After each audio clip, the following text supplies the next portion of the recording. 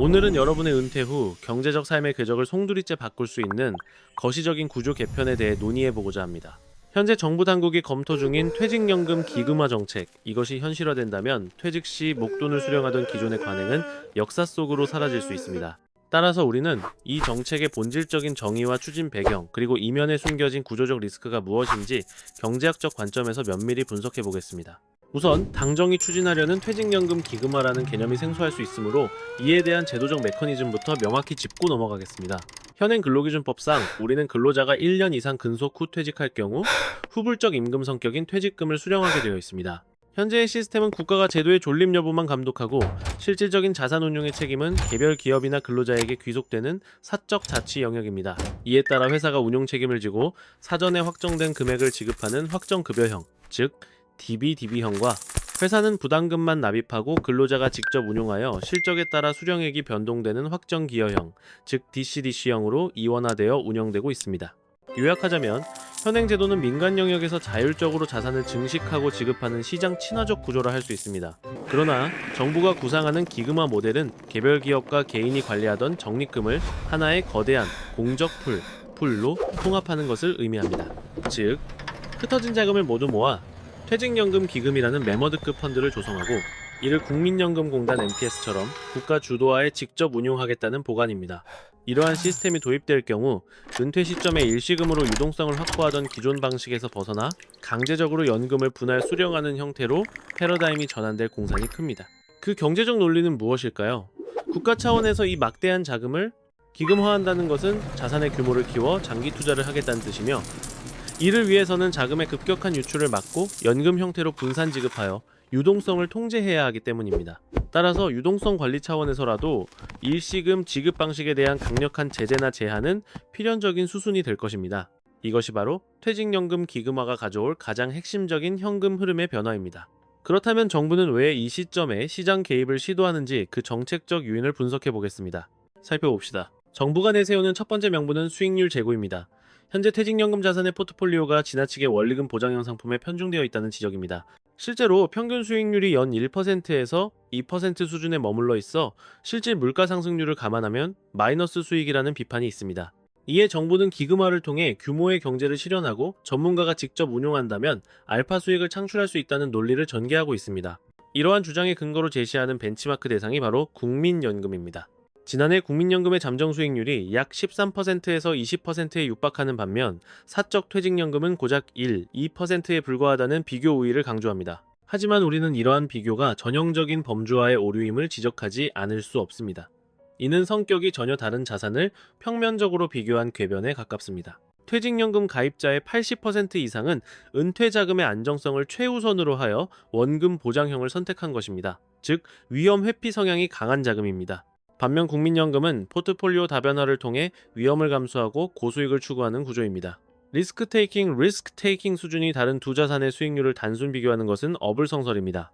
두 번째 배경은 다층 노후소득 보장 체계의 확립입니다. 주지하다시피 대한민국 노후보장의 제일층, 즉 기본축은 국민연금입니다. 그러나 인구 구조의 변화로 인해 국민연금 기금 고갈론이 지속적으로 제기되고 있으며 재정축예산 고갈은 피할 수 없는 상수로 여겨지고 있습니다.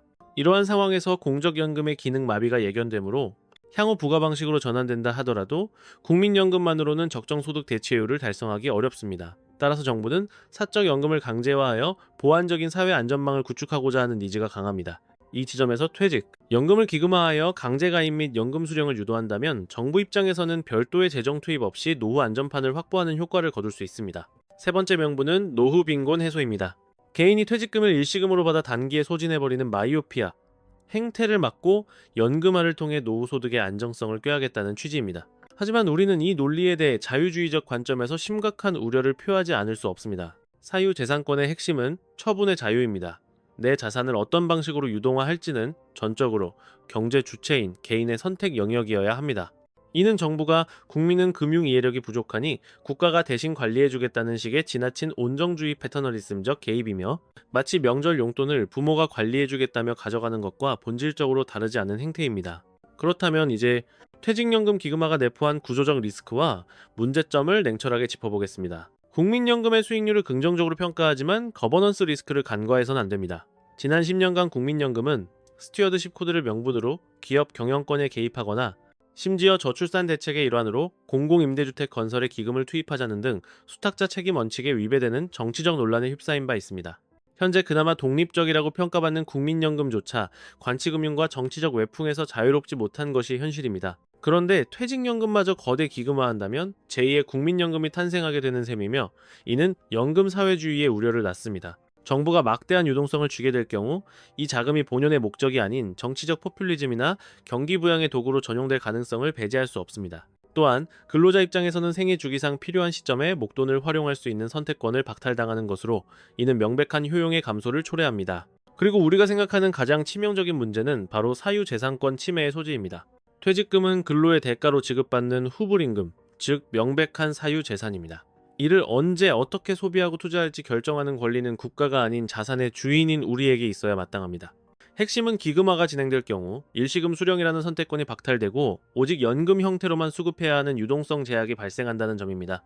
특히 주택 매입 시 퇴직급여를 중간 정산하여 자금 조달의 원천으로 삼으려 했던 경제 주체들에게는 치명적인 재산권 제약이 될 수밖에 없습니다. 정부는 기금형 제도로 전환하면 자산 운용 수익률이 제고될 것이라는 논리를 펼치고 있습니다. 하지만 실상을 직시해야 합니다. 현재 국민연금조차 환율 방어나 공공임대주택 건설과 같은 정책적 도구로 활용되는 것이 현실인데, 퇴직연금이라고 해서 이러한 관치금융의 리스크에서 자유로울 수 있겠습니까? 결국 문제는 운용 방식의 효율성이 아니라 자산 운용에 개입하는 정치적 거버넌스의 구조적 한계에 있습니다. 막대한 규모의 퇴직연금 기금이 조성되면 그 자산 배분을 둘러싸고 정치적 이해관계에 따른 알력 다툼이 발생할 개연성이 매우 높습니다. 이러한 역학관계 속에서 가장 우선시되어야 할 수익성 원칙은 정치적 논리에 밀려 후순위로 전락하게 될 것입니다.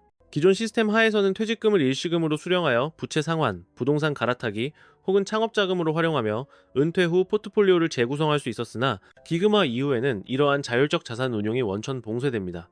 현재 정책 로드맵이 최종 확정된 단계는 아니기에 일시금 지급 금지가 공식화된 것은 아니나, 기금화라는 제도의 메커니즘 자체가 연금 수령을 강제하는 방향으로 설계될 수밖에 없는 구조입니다. 그렇다면 현 시점에서 우리는 어떠한 대응 전략을 수립해야 하겠습니까?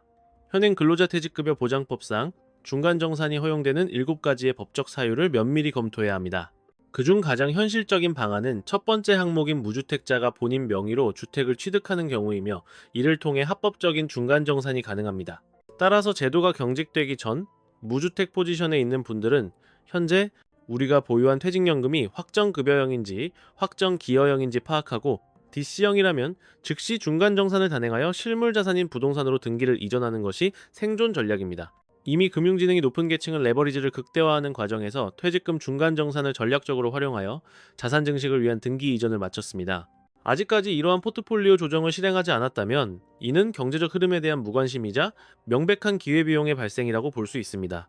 이제는 타인의 의견이 아닌 우리 스스로의 판단과 결정으로 경제적 생애주기가 올바른 방향으로 나아가고 있는지 냉철하게 점검해야 할 시점입니다. 정책 입안자들의 탁상 공론식 설계가 결과적으로는 시장 참여자들을 예기치 못한 유동성 함정에 빠뜨리는 결과를 초래하곤 합니다. 퇴직금은 우리가 평생의 노동으로 축적한 잉여 자본인데, 이를 국가가 대신 운용하겠다는 명분으로 귀속시키는 순간 중간정산을 통한 자산 증식의 사다리는 영구적으로 붕괴될 것입니다. 여기서 우리가 가장 경계해야 할 리스크는 제도 전환의 과도기입니다. 기금화 도입 시 기존에 적립된 퇴직금까지 소급하여 기금 계좌로 강제 이관시키는 경과 규정이 신설될 가능성을 배제할 수 없습니다.